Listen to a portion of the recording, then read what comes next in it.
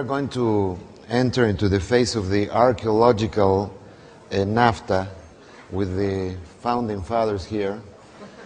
So we'll go back in time to the origins of all this.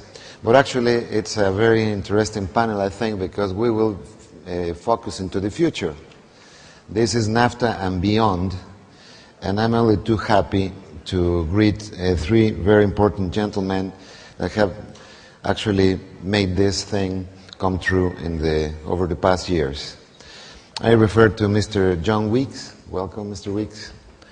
He's a career diplomat from Canada, specialized in trade and economic policy issues. He now serves as senior business advisor at the leading Canadian law firm, Bennett Jones LLP. From 1991 to 1993, Mr. Weeks was Canada's chief negotiator for North American Free Trade Agreement, including for the side agreements on environmental and labor cooperation. He subsequently served as Senior Assistant Deputy Minister in the Canadian Department of Foreign Affairs and International Trade, with responsibility for managing Canada's relations with the United States and the implementation of NAFTA. To my left is my friend Jaime Serra Puche. Dr. Serra is chairman of SCI Law and Economics consulting firm and founder of Aclara Electronic Auctions, CAM Arbitration Center of Mexico, and NAFTA Fund of Mexico. It's a private equity fund. He worked in the Mexican government from 1986 to 1994. He was blessed to only work for 6 years, no? Eight. It looks like 10. Where he served as Undersecretary of Trade and Industry, and he led the negotiation and implementation of NAFTA as Secretary of Trade and Industry in Mexico. He also headed negotiations for free trade agreements with Chile, Colombia, Venezuela, Bolivia, and Costa Rica, and promoted the creation of the Federal Competition Commission in Mexico. And finally, Mr. Tom Donahue, who is President and CEO of the U.S. Chamber of Commerce. Welcome, Mr. Donahue. He's, as I mentioned, President and CEO of the U.S. Chamber of Commerce.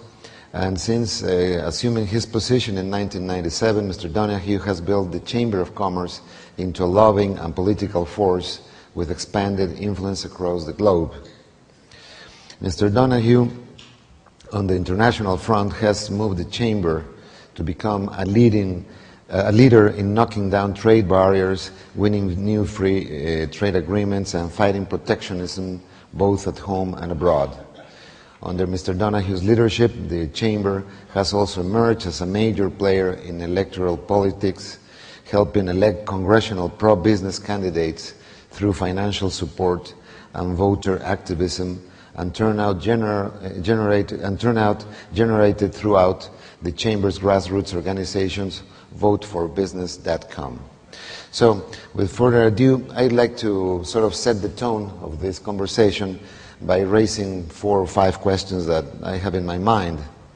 First of all, since this has to do with NAFTA and beyond, do you see any evolution of NAFTA into something else, or say, taking stock of what has achieved? Should it move beyond the realm of trade and get into areas such as security, energy, environment, cooperation, labor movement, these kind of things? And by the way, I think that one of the missing links that we have not mentioned much during these discussions, neither last night and today, is the issues of labor in North America, and I think it's a very important component of our region. In short, are we missing something once the achievements of NAFTA has been spelled out throughout the conferences last night and today? Are we missing something? Should we be more ambitious in terms of looking forward, in terms of perhaps a North American type of different arrangements that take stock of NAFTA and build from there? And finally, I think an important question is whether a trilateral approach in some issues should be introduced in the North American region for dealing with some issues. I have in mind a couple of them. For instance, should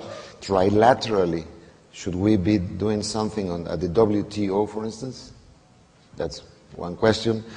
vis-a-vis China? Should we be doing something trilaterally? Are we better off working trilaterally than individually? Those are the kind of questions that I would like to raise for you. But first of all, I'd like to give the floor for the presentations to Mr. Weeks. Please, Mr. Weeks. Thank you very much. I think I'll stay seated, or would you like me to stand? I'll stay seated. First of all, I must say thank you very much to the organizers for giving me the opportunity to participate in this session. Having been the chief negotiator for Canada, and then being off doing other things, but always having an interest in NAFTA, it's been very interesting for me to come back and focus in through the discussions on what's happened to NAFTA over the last 20 years, and I think listening so far to a very high-quality discussion about where we're going over the next 20 years. And I think the kind of discussion that's taking place here last night and today is exactly the sort of discussion we need to chart more effectively the way forward. My first part, I was going to talk about the success of NAFTA, but I don't think I really need to talk about that because it's already been covered so well by other speakers, and I suspect we'll hear more. But economically, it's clear NAFTA has been a success. When I was the chief negotiator and when we just finished NAFTA, a lot of people said to me, what's the major achievement of NAFTA? I was asked this question a number of times.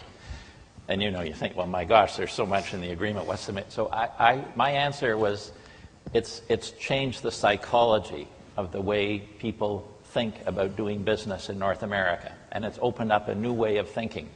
And I must say, listening to the discussion so far here, I think what's happened in the last 20 years is we've created a different set of business arrangements in North America than existed before NAFTA came into being.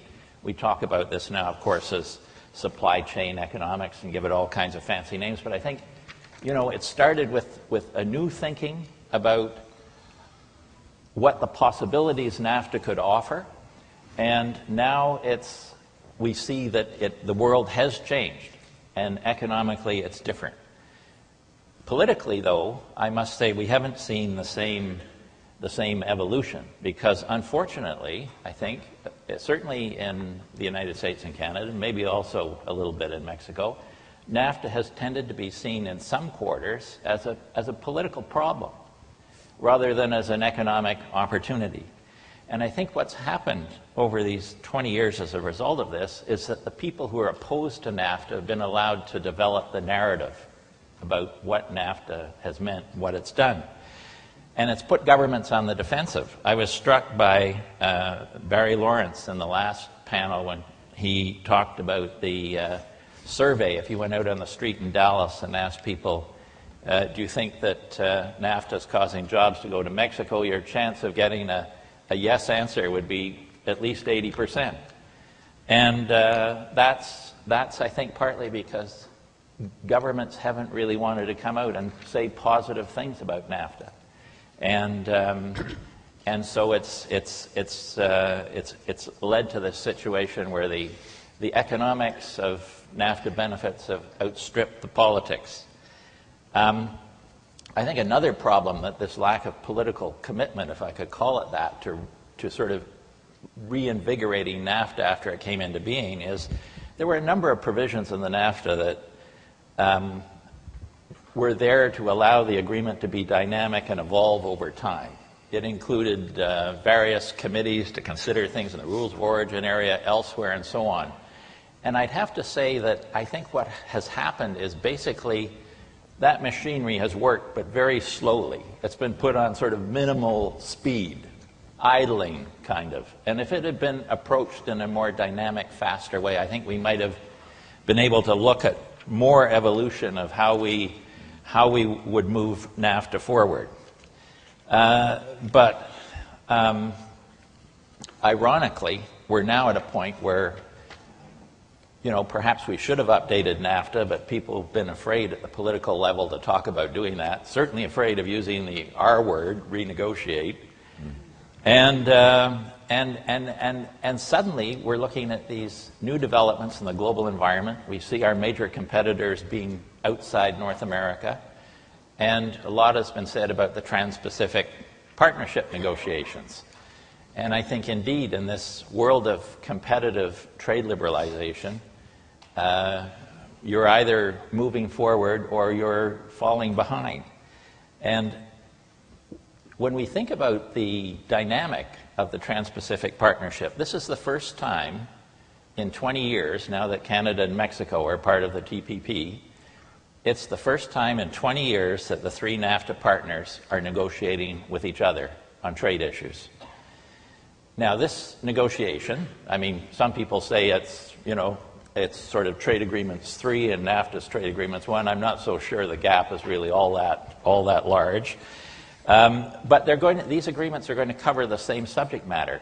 So when we complete the TPP, we're going to have provisions that deal with the same subjects that are covered in the NAFTA. And these provisions are going to be different in many cases, I suspect. And in some cases, they might even be conflicting. And I think, the NAFTA countries are going to have to sit down and decide on the margins of the TPP negotiations what we're going to do about this. What are we going to do at the end of the day? There may also be some provisions that are now in the NAFTA that won't be included in the Trans-Pacific Partnership negotiations. I've heard a lot of discussion in the United States, for instance, that the Chapter 19 panels that deal with review of anti-dumping and countervailing duties should not be included in the TPP, and indeed that this would be a good opportunity to take them out of the NAFTA. And I don't think that Canada and Mexico are going to want to see that happen, but this gives you another example of, I think, a reason why the three countries have to sit down and do some very hard thinking about how NAFTA and the Trans-Pacific Partnership are going to interact. And, we can't decide on these sort of technical issues about how to manage the two agreements until later in the day, but we've got to get the substance right.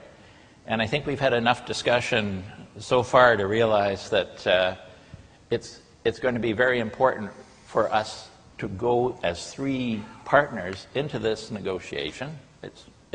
Some people say it's nearly over. I don't think that's really quite the case. We are kind of sleepwalking into it and not really thinking about what the consequences are and what the opportunities will be, and I think that has to change or we're going to be in real difficulty. So I do think that we can, and it's rather ironic that it's taken another negotiation to allow us to get to the point of updating NAFTA, but it does, frankly, allow us the opportunity, the three countries in North America, to improve the agreement. And frankly, no agreement's perfect. After 20 years, we've seen a number of areas where this agreement can be improved, and this is an opportunity to do it. One thing we certainly want to make sure of is that as we create the Trans-Pacific Partnership negotiations, we don't disturb or disrupt these supply chains that have built up through NAFTA in North America. We really want to think about how we use the TPP as an opportunity to reinforce what we've already done through NAFTA and make our region more competitive in the global marketplace.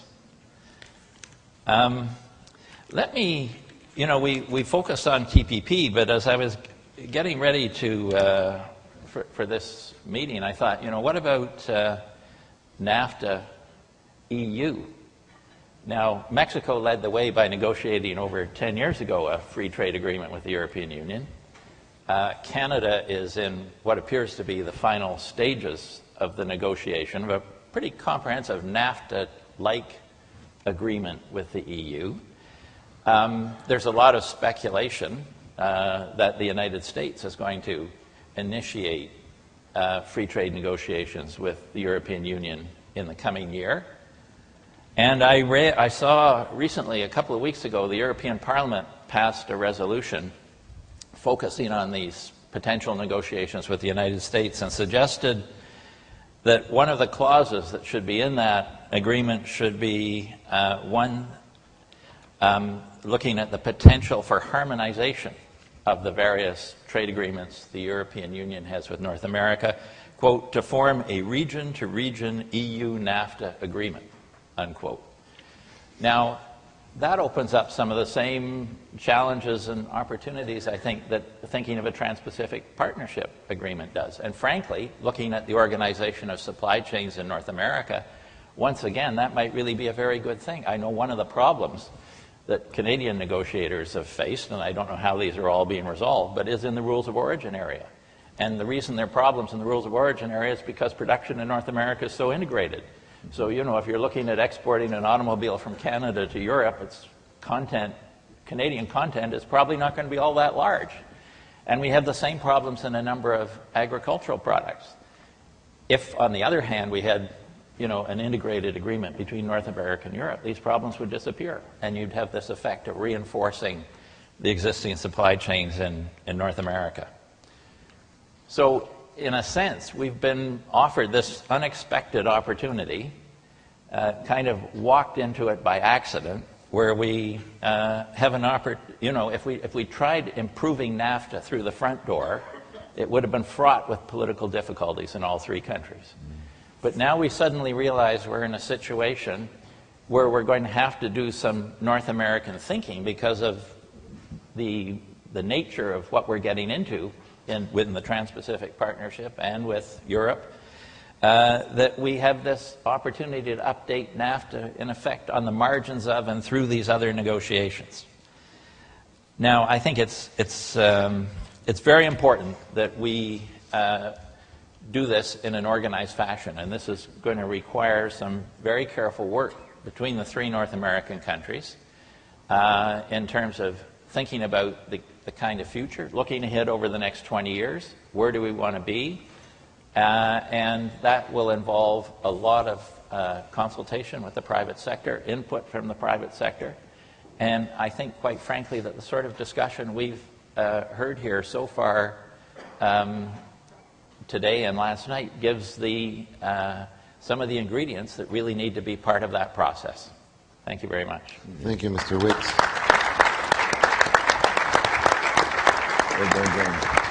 That's good. Very good. Just one quick question. It seems that after what you just said, that the Europeans tend to look at us as a consolidated sort of bloc. Some Asians also do, but they say the main doubts are in our own area.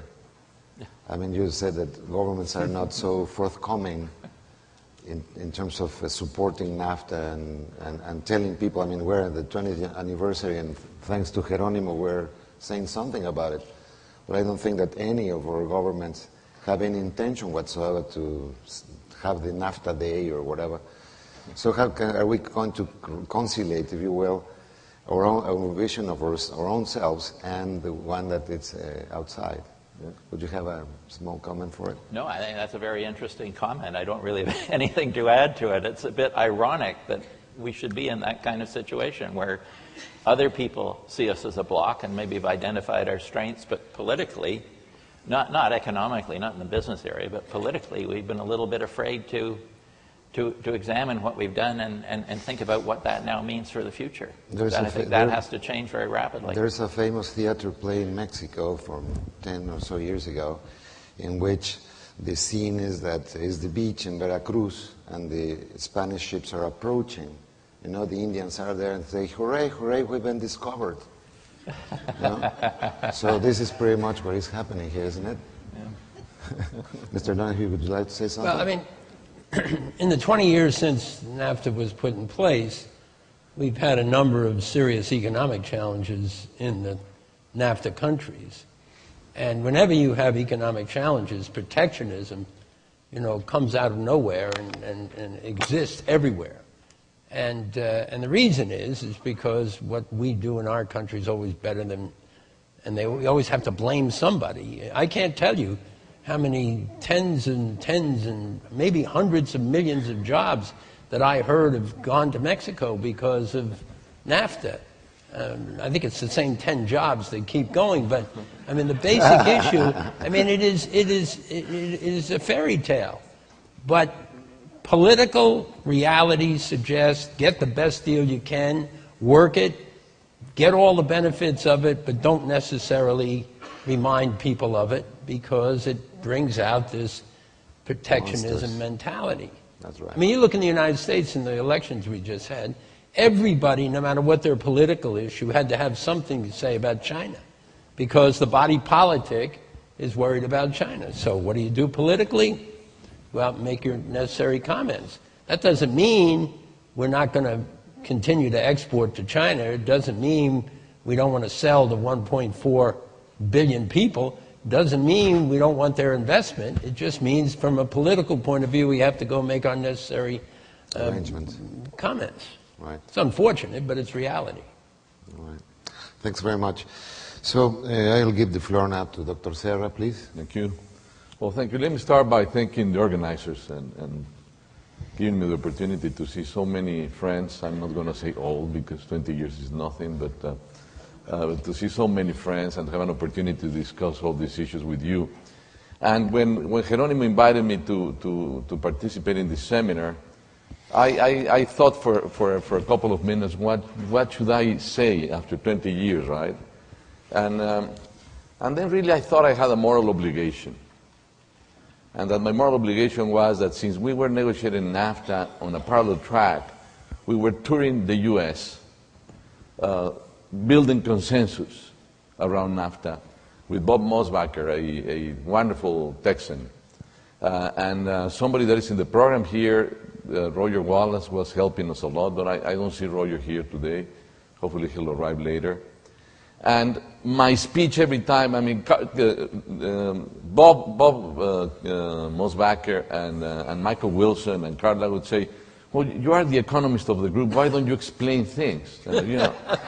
So, you know, I was always trying to give an explanation, and actually what I did was to use the concept that NAFTA was going to make a North American region competitive.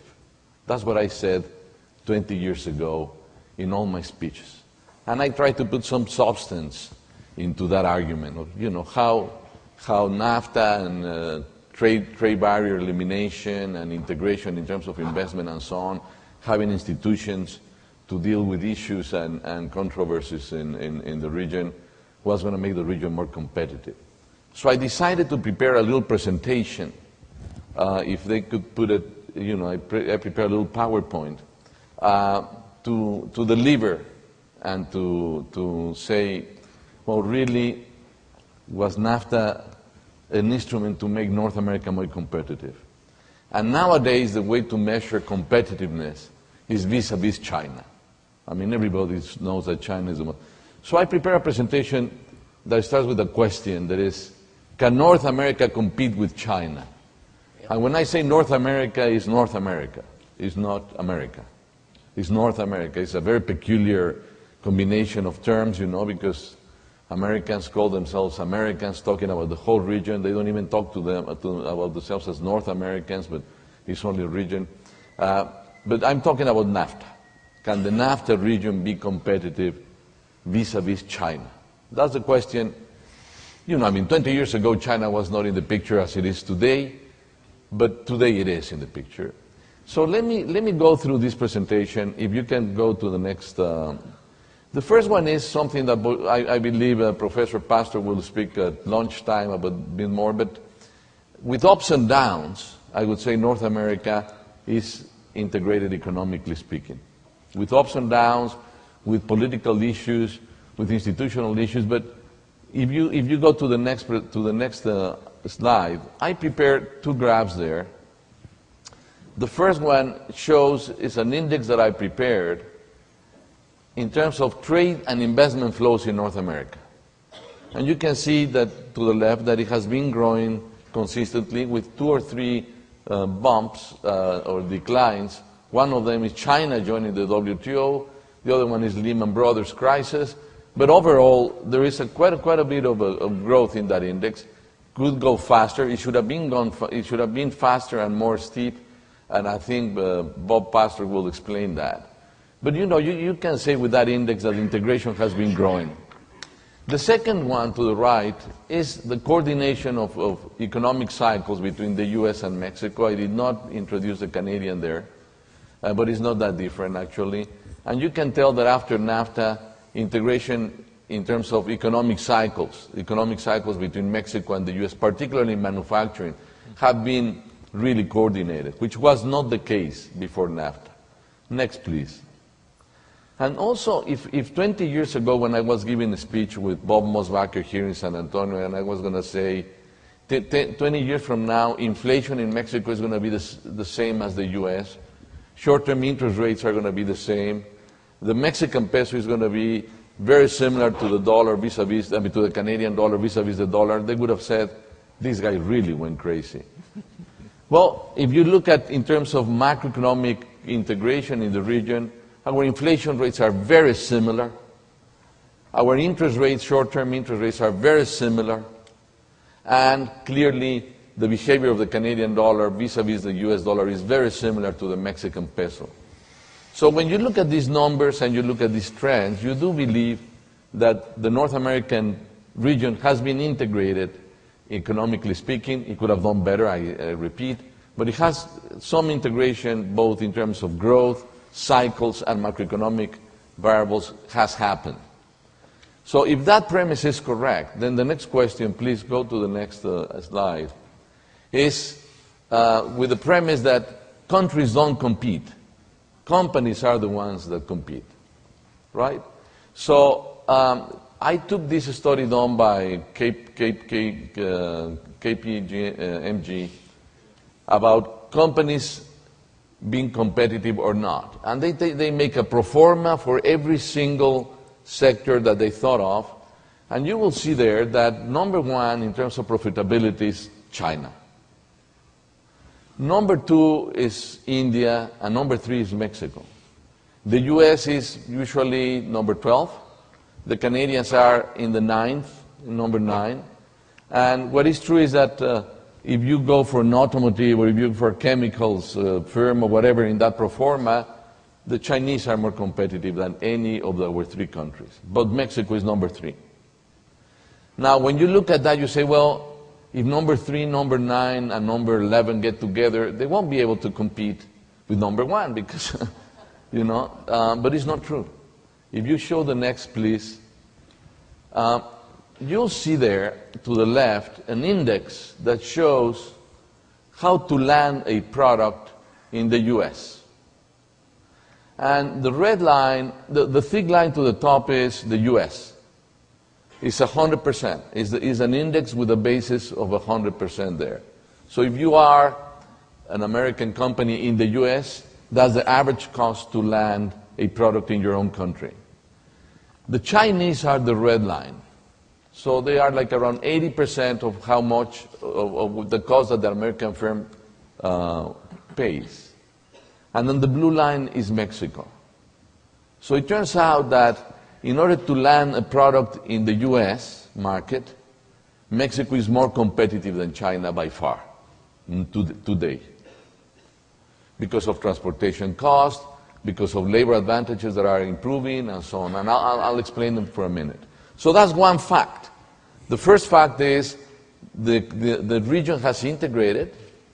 The second fact is that we are the cheapest, Mexico is the cheapest country in the world to land a product in the US market. And the third fact is that when you look at what Mexico exports, of every dollar that Mexico exports to the US, it has 40 cents of American inputs. For every dollar, 40 cents come from the US. To the Canadians, it's around 32. The Chinese are 4 cents. So the trade relationship between the US and China is one of pure outsourcing. And I want to call it pure outsourcing. The relationship between Mexico, Canada, and the US is of production sharing.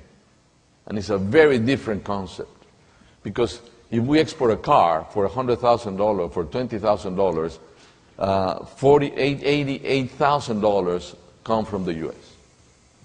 So that is also an indication of the degree of integration that this region has experienced over the last 20 years. So it could, you could conclude with these facts that it's an integrated region, that we are competitive in terms of sourcing with each other and trading with each other, that is a different model from the Chinese, very different model. And so the next question is, how sustainable are these potential advantages that we're seeing are. And if you go to the next right. So that's first the labor advantage in North America, which basically comes from Mexico. The first graph shows the ratio of manufacturing wages between China and Mexico. You can see that wages in the US, in China have been increasing, and they are approaching more and more the Mexican case. So the ratio of wages is not an advantage that the Chinese have anymore. Right now, we are as competitive as the Chinese, labor-wise, in terms of the ratio of the wages in manufacturing. And that is explained by the fact that the Chinese are getting very old very quickly for their one policy child. So that graph to the right shows what's going to happen between now and 2050 to the population between 15 and 64 years. The Chinese are going down dramatically on the red graph, as you can see to the right, but the Mexican goes up. So we have a very different demographics with vis-a-vis the Chinese for the years 10 or another 20 years to come after the first 20 years of NAFTA. So this labor advantage will stay for the region for many years to come, even compared with China. The next one, please. Then there is, and we were listening to this issue earlier today, the shale gas issue. In North America, with the Henry Hub, it has completely decoupled from crude oil. The price of gas doesn't follow the behavior of the price of crude oil in North America. We have a gas price of around $3 in North America. And then when you look at the Japanese, which is a reference for the Chinese, or the Russian, which is a reference for the Europeans, they are in $14 and $16. And so the question here is, are we going to have this advantage for a long time? Well, specialists suggest that shale gas is going to be an advantage for North America for quite a bit. So I think that is crucial for manufacturing, and the renaissance that everybody's talking about in the US is going to be heavily influenced by the fact that the region has cheap shale gas. And Mexico has cheap shale gas, and we have to put our act together. I trust we will put our act together, at least in that front, and therefore I think that gas is going to be a major advantage for the North American region vis-a-vis other regions, particularly China. The next one, please. This is transport. As you know, transportation costs are very energy dependent. So some people have calculated that if the West Texas is around $100, which is nowadays where the price is, when you go through the numbers there, to send a 40-foot container from Shanghai to New York is 15% more expensive than to send it from Mexico to New York. So we have a very strong advantage in terms of transportation vis-a-vis the Chinese to land products in the U.S. market. It's only natural and it's logical, but now has been emphasized by the differences by the increases in prices. And you know, the expectation that the West Texas is going to be in the neighborhood of $100 for several years to come is not an unrealistic one. So this advantage that Mexico has and that the Canadians have to transport products because they are neighbors to the U.S. is crucial. And that the advantage is, I've calculated, is around 15% for a given basket of goods. For Mexican products to move to the U.S. versus Chinese products be moved to the U.S. market. Next one, please. Then there is also an environmental advantage. The Chinese really are going to have to invest a lot to clean their environment. As a percentage of GDP, vis-a-vis what we, the North Americans, need of investment in the environment is a huge difference. It's almost twice as much. So the Chinese eventually are going to have to show those costs and those investments they are making on the environment in their final prices of products. Eventually it's going to show. And therefore it's going to give us an advantage vis-a-vis China. And then finally, can you go to the next one, please? The exchange rate. I know that exchange rate issues are short-term, but look at what has happened to the yuan, even though the Chinese have been resistant to revalue their currency. Well, in all of them, in Canadian dollars, in American dollars, but in Mexican pesos. When we started NAFTA, a peso would buy 2 yen. I mean, 2 yuan. Today they buy, a Mexican peso buys half a yuan. See, so the devaluation of the Mexican peso, or the equivalent revaluation of the yuan vis-a-vis the peso, has given us a major advantage as well. And when you look at the sort of deficits that we have with the Chinese in that little table, in Mexico it's 4 percentage points of GDP, our trade deficit with the Chinese, and in these countries around 2 points. In Canada is similar. So these sort of forces in terms of exchange rate will stay there for a while until we fix those deficits, and we won't fix those deficits in a very short run, right? So I would tend to conclude that the advantages that are shown in that little graph, that Mexico is very competitive vis-a-vis China and contributes to competitiveness to the North American region more than China would because of the production sharing mechanism rather than the pure outsourcing, is something that is sustainable over time, which makes the region competitive. So I wanted to explain to you these issues because when 20 years ago I was saying that NAFTA was going to make us more competitive as a region, I think it's happening. I think it is happening in spite of all the politicians, in spite of all the institutional issues that Tom was referring to and the need to do some Mexico and NAFTA bashing. Fortunately, now they're doing Chinese and China bashing. But it probably a very important opportunity, the fact that it's a China bashing, to start thinking about us, I mean, to start thinking about North America as a true region. Let me just go to the next one quickly and mention 3 things, and then I'll stop. The next one, please. What issues I see in the NAFTA agenda? Well, the first one, and I'm so happy that John Weeks is here, that Tom DeQueen is here, and other Canadians are here. I think the Canadians really have to put their act together with their attitude towards NAFTA. I think they are tending to sort of go more for bilateral approach instead of trilateral, and there is a risk, in my view, a systemic risk, if we don't define that properly, that we could end up with 3 bilaterals rather than 1 trilateral. And that has to be avoided. And I think that the Canadians need to go through that process. We Mexicans and the Americans, of course, as well. But I think that that is an issue that is present. And I don't quite understand what's happening in Canada, because I've lost a bit of touch with there, but I think that's an issue. The second one is market access in terms of things that are doing in the U.S. market. With this new committee that was created by President Obama to watch Chinese and other imports. You know, in Chapter 15, and John Weeks is so right, that if we had had stronger institutions in the NAFTA, I think we would have made much more progress.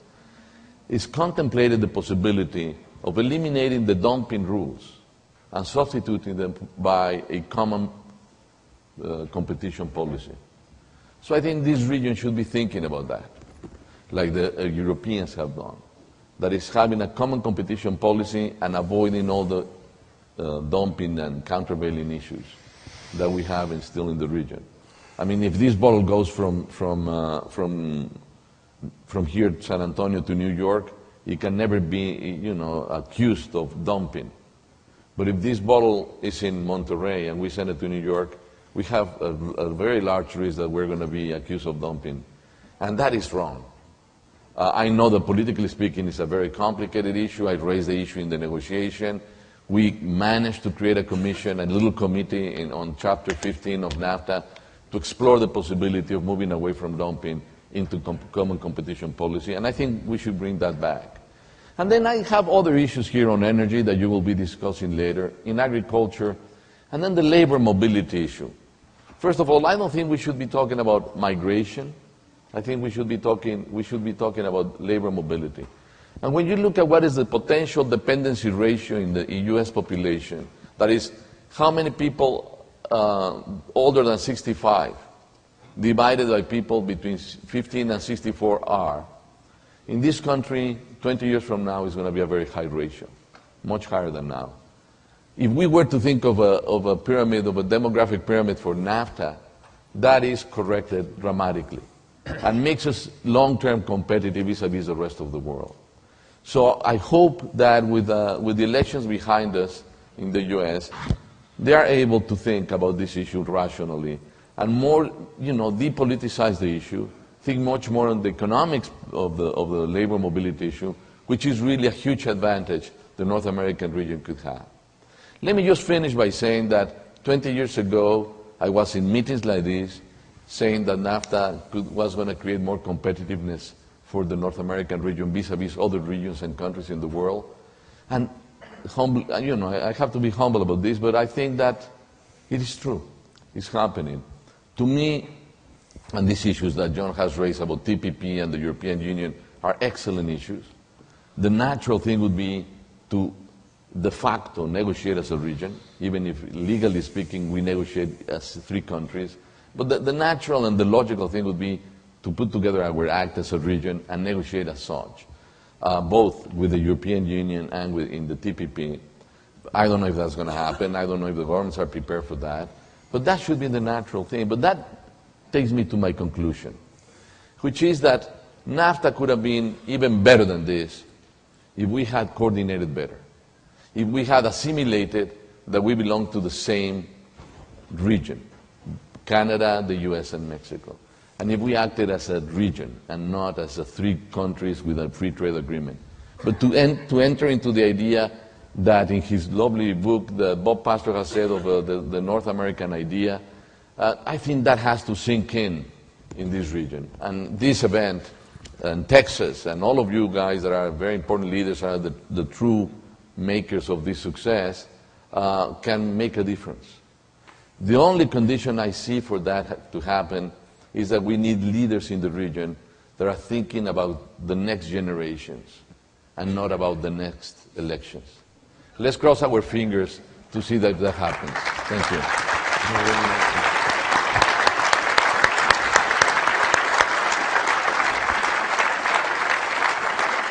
That was great. Thank you. Thank you very much, Jaime. I think that we start to sort of picture a first conclusion, even before Mr. Donahue speaks, that NAFTA's marketing is very poor. That's one thing. And coordination is close to non-existent among the 3 countries, which is something that perhaps is the next step, to have a body of coordination, at least to think in the terms that Jaime suggested, and I mean to figure out what the future looks like, no? Doesn't it? And I have just one comment or question here. 4 days ago, the Chinese leadership changed. They had the 18th Chinese Congress, and they announced that in view of the economic recession throughout the world, they're going to shift to the domestic market. So they're going to address the other 1 billion people that have not been touched by progress and dynamism of the Chinese economy. How do you see, Jaime, the impact of if actually the Chinese do shift their emphasis towards the domestic market rather than the international one? Good. Thank you. I want to give time to Tom, but I'll tell you one thing. When people talk about Brazil, and you say, I'm asking you about China, yes. When people talk about Brazil for the last 5 years or so, saying, you know, the Brazilians are doing so well, and the Mexicans are lagging behind, I think those people that say those things are missing one very important point. The important point is that the China factor, the effect of the China factor in Brazil was exactly the opposite of the effect of the China factor in Mexico. The China factor was to increase demand for commodities. Brazil is basically an exporter of commodities. So the fact that China has been growing so fast has been helping the Brazilians big time. The China factor impact on Mexico is exactly the opposite, because we are basically manufacturers in Mexico, and we export manufacturers. So what happened is that we lost market to the Chinese when they went into the world. So the fact that China grows affects Mexico. The fact that China grows helps Brazil. Now things are turning around. First of all, because the Chinese are not as competitive as we always thought they were going to be for the rest of their lives, as we have seen. Now Mexico is quite competitive and is recovering a good chunk of the market share we lost, as Luis de la Calle was saying this morning, out of the total imports the U.S. makes. But second, because the Chinese are facing serious problems, structural problems, and part of that decision It's not only because Europe is slowing down or because this country is next to the fiscal cliff. It's because they have problems within China. There are domestic problems that they need to address. And they need to create more economic prosperity within. So in terms of the effect on the Mexican economy, it's a good one. Positive. If I were Brazilian, I would be concerned. But in terms of moving the model a little bit in that direction, I think that is going to help Mexico. All right. Thanks very much. And now, finally, I'd like to give the floor to Mr. Donahue, please. I think I might stand up, Mr. Absolutely. Chairman, if that's all right with you. I do so having read something about brain function, that when you stand, you are more alert than when you sit. And listening to my colleagues, who are extraordinary and thoughtful people, I need to step up my act a little bit to do as well. But first, let me say I'm honored to be here. You know, when the NAFTA deal was negotiated, I was running the American Trucking Associations, as you remember, and we had all of these debates about trucks. In fact, the debate was so effective and so much enjoyable that we continued it for 20 years. We're still arguing the same damn thing. But we did, and I believe Ambassador Serracon helped a great deal. We did finally get that thing to the point where I don't think it's turning back. I wanted to say that that my colleagues here had a major part of this negotiation. I was very involved on the side. I was involved with Bill Daley, who was not mentioned here yet today. Bill was the President's special envoy in this, and he played an important role in the region and in the decisions. And by the way, much like yourselves, continued to play an important role for the ensuing years to make sure that things were agreed, were at least remembered. So I join what everyone here had to say. This was a great victory. In fact, we've just put out a new study here on NAFTA and its triumph. And if you don't have one, I'm sure we have some here. It'll be online and you can get it. And the numbers are great. You know, you look in the very back and it goes by state to see what advantages have come to us. A second thing I would say, as was mentioned, the Canadians have been a little removed from some of the battles, and but have joined in many of the successes. And we have been pushing in the United States for people to look at the Canadian miracle, which, by the way, has the advantage of things that happened in the NAFTA agreement. And the miracle was they found a cash cow and used it to fix their banks, to deal with their entitlements, to expand their trade and lower their taxes. And what was the cash cow? It was oil sands. Well, that's pretty interesting. Now, if their cash cow is the size of one of those big glasses of water, I think the U.S. and Mexican cash cow is more like the pitcher that filled all the glasses. And we can learn a great deal from how to use that cash cow to resolve our problems and to more fully integrate the three countries, because we share that tremendous benefit. Now, I'm changing a lot of the things I said because I was so enlightened by some of the comments. I would like to add one point about China.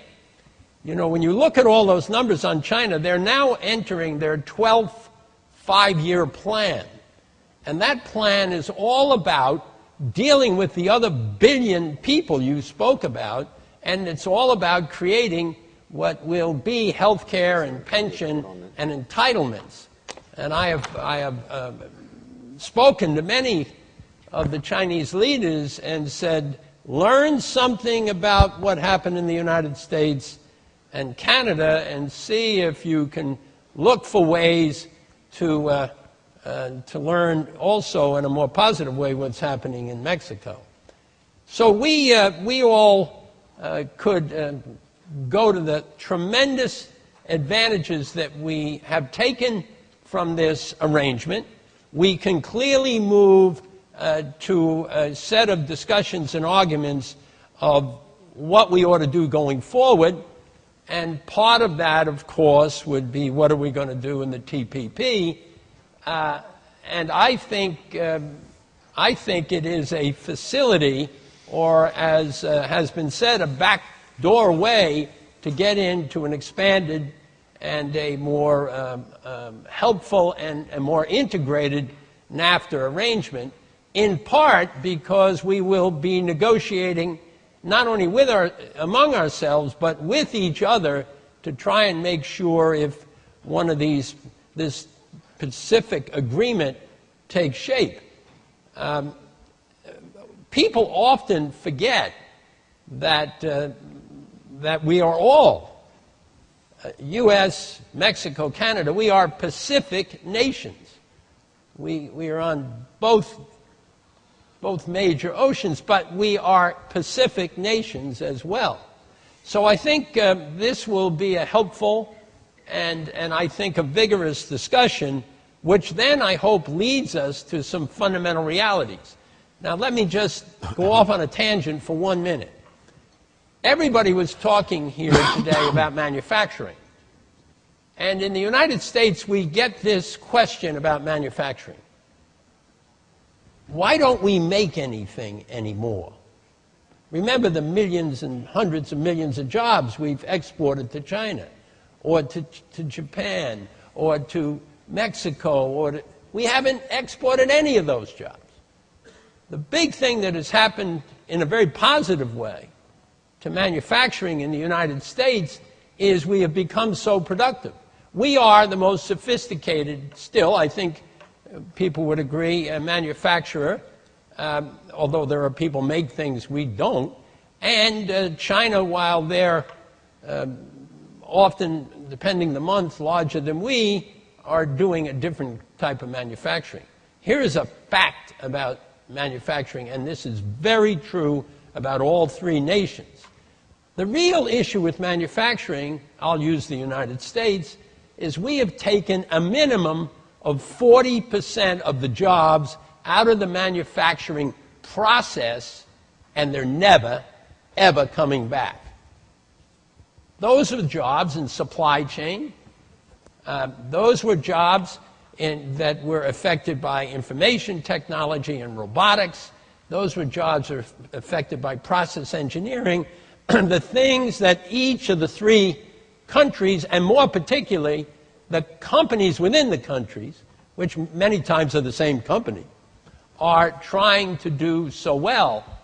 But what this tells us, that if those jobs are never coming back, what we have to do is to figure out a way to grow our global position, both domestically, regionally, and internationally, to create those jobs that we all want for the people that don't now have them. 2 more points and I'll stop.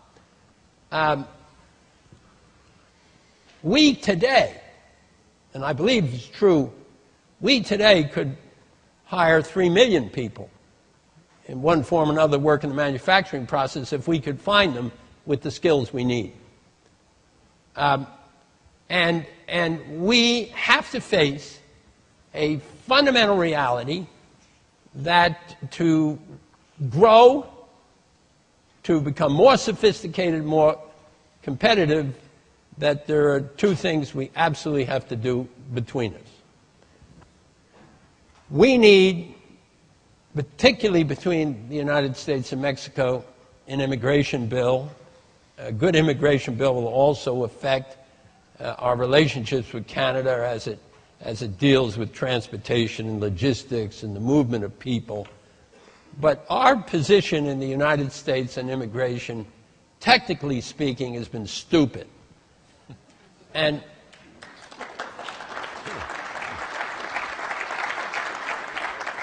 the point that was made, that if you combine the populations in the 3 countries, you basically get a much more attractive demographic than if you think only about them individually. If we don't have very many people paying in to Social Security and other deals, we are not going to have the money to pay out. We need a relationship that allows seasonal workers to be in the United States and the other two countries, to have people easily moving back and forth to work. We need a far more sophisticated relationship here. And I think the politics are getting sensitive enough that some of our problems with the lack of an immigration bill can be capitalized on to move forward. The second thing, and the last thing I wanted to talk about, is we're now, you hear this business about we're on the fiscal cliff, and I mean the bottom line is, we're not going out of business, and people still want to do business with us, but we're one big economic deal away from reasserting a lot of our global economic strength, and therefore our global geopolitical strength, either individually and collectively. So we have to deal with this issue. And of course I'm up to my ears in it, and the big question is, do we go off the cliff, and what does that mean? And are we going to do a big deal? And right now we're sort of at opposite ends. Some people want to increase taxes, other people also want to cut some expenditures, and a good number of people don't want to do anything. Well, we're going to get there. I mean, if we don't change our arrangements on Medicare and Medicaid, it will consume the national revenue, every dollar we take in, at a fairly early time. Well, that's not going to happen, and we can't do that. Well, how do we get around these challenges? Simple. What we're doing right now, we have two buckets we want to fix it with. One is entitlements and defense cuts, and the other is tax increases, and we're paying quite a bit of taxes already. We need a third bucket, and that third bucket is energy. We have 1,750,000 people already working in the business of gathering oil and gas through innovative ways, including fracking. And the numbers of billions and billions and billions of dollars that are going into the states in this direction are significant. So I'm trying to say to the members of the Congress and the Senate, if we add a third bucket, if we encourage the use of energy as a way to bring dollars and employment and growth to our country as a way of making that big deal, we will also come up with a couple of other things. One is a lot more energy security. Two is some energy independence. And third is a natural integration of these three economies. We will build the damn pipeline. The elections are over. And if anybody ever counted up all the pipelines we already have running back and forth, you wonder why they made such a big deal about one little one. But the bottom line here, for me, is 20 years later, huge success. 20 years later, tremendous opportunity. 20 years later, major necessity. Because we didn't have the Chinese and the Brazilians and the Vietnamese and the Indonesians and everybody else growing their economies the way they are now. And boy, that's a great opportunity for us. We want to sell them something, but it's a great challenge for us. And so I think if we can further integrate our populations, which the business community would like to do right away, if we can further integrate and gain the benefits of our energy activities, and we could further work together to build other trade agreements, I think we're way ahead. I end with this thought. Keep your eye on Europe.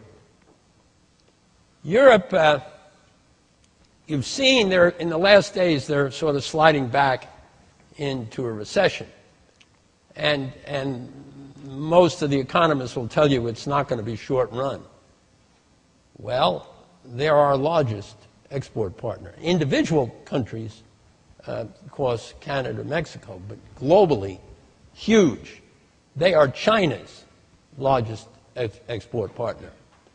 And if they're going to button up for the next number of years, we've got issues to deal with, and perhaps the best way to deal with them is deal with them right on this stage by looking at the representatives of 3 countries that, when necessity demands, we will get together and make the decisions we have to make. Make sure you look at this and good numbers in it. Thank you very much.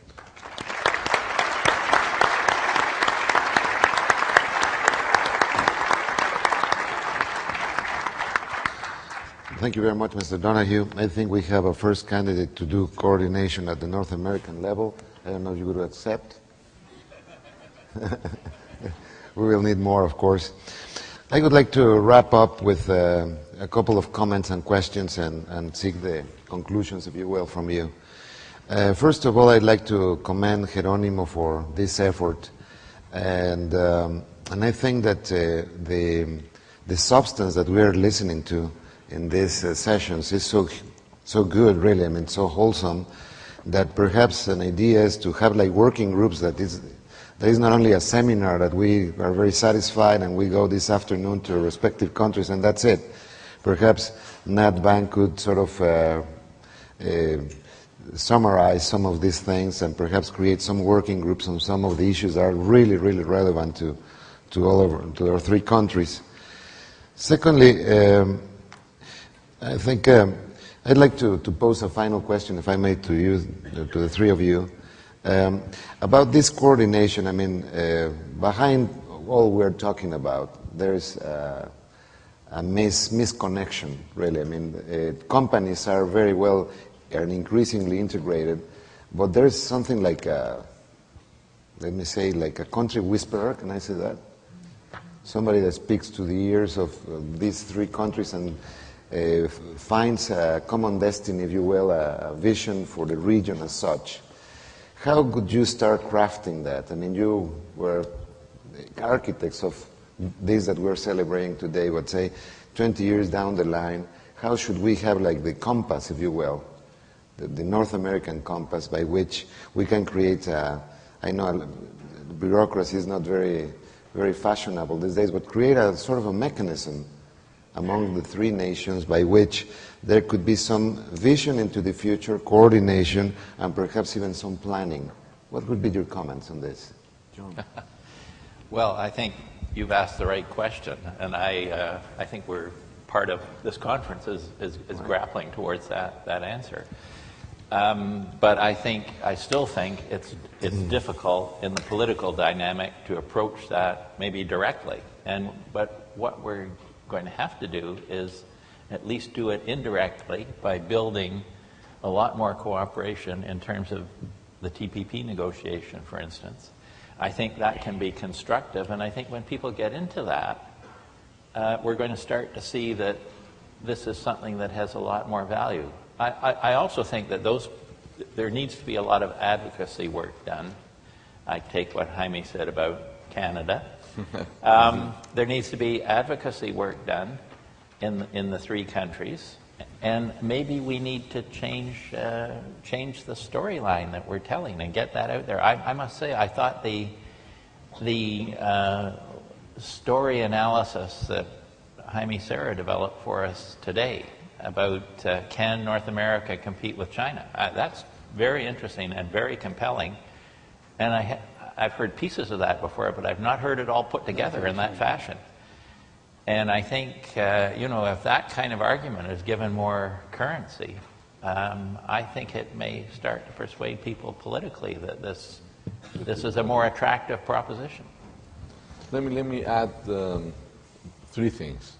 First, if I was asked what things we did wrong during the NAFTA negotiation, I think we were trying to be too modern with the institutions we created in NAFTA. We made them too horizontal. We didn't introduce any verticality into the architecture of NAFTA, and I think that's wrong. So you have plenty of committees that should be working on issues to progress and to adapt NAFTA to new realities. They hardly get together. And the direction of the whole thing is not well defined. So, I think that not to create bureaucracy, but to sort of implement an institutional arrangement within NAFTA that is a bit more executive and a bit more... like a board of sorts. The specialists have to think about this, but I think that's one point that we need to work on. Second point is, the impression I have is that the TPP and the European Union are going to be a very good excuse for us to get together again in a serious manner, to see what positions we're going to take during those negotiations. And it's a wonderful opportunity to rethink a bit the sort of arrangements we need to have. And the third thing is, we shouldn't get too upset about this. It happens. Usually governments take an initiative, and then the private sector goes way beyond those initiatives when the initiative is properly done. And I think that's what is NAFTA. I mean, when you look at the degree of integration that our businesses have in those numbers I was showing, or the ones that we have seen this morning, business people are integrated, they are working, they are doing things.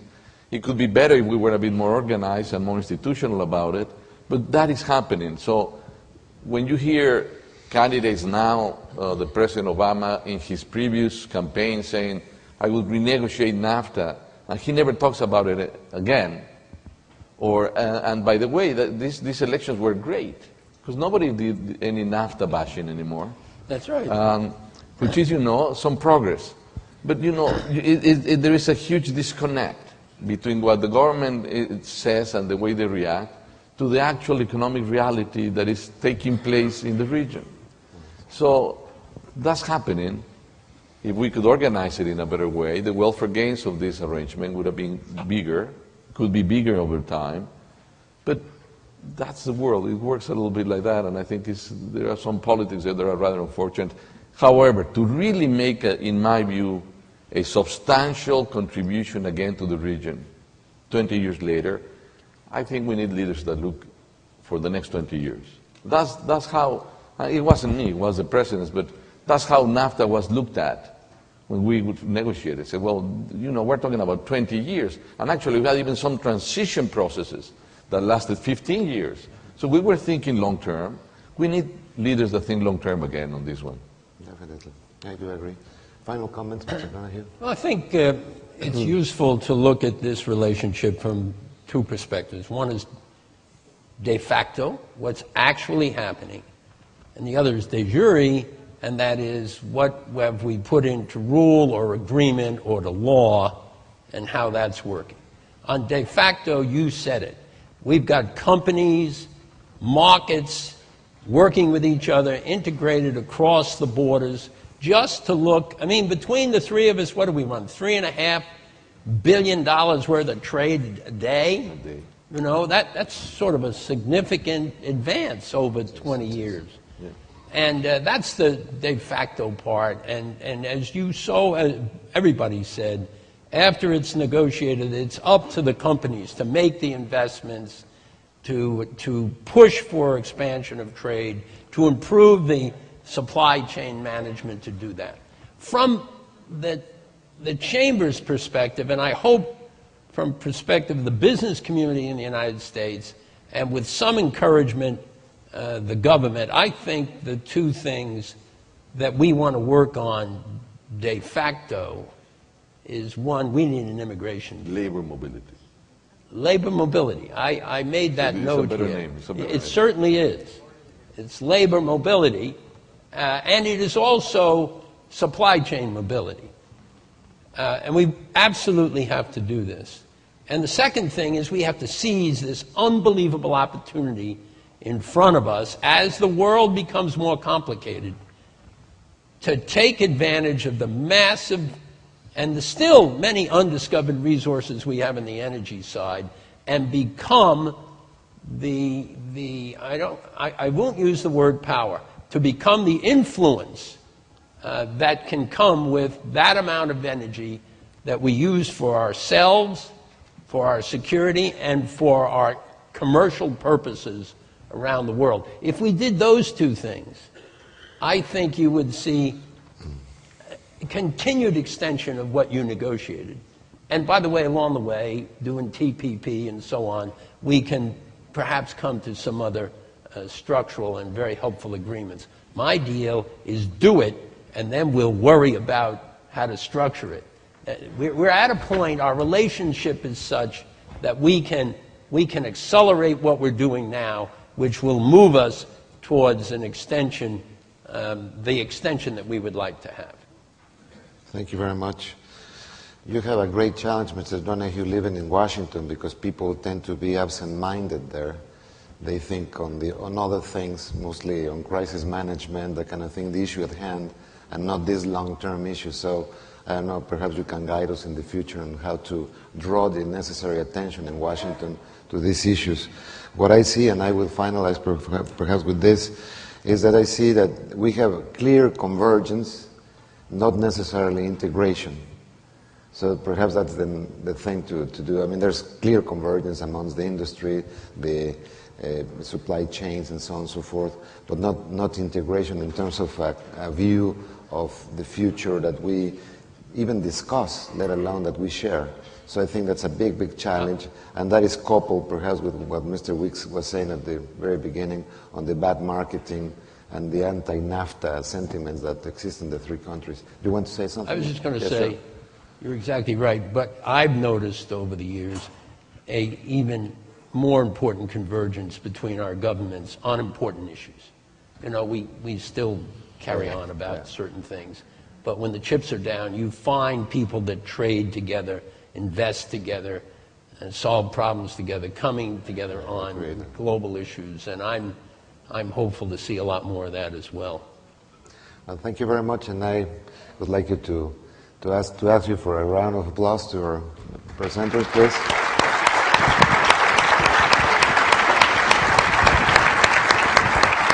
Muy bien, maestro.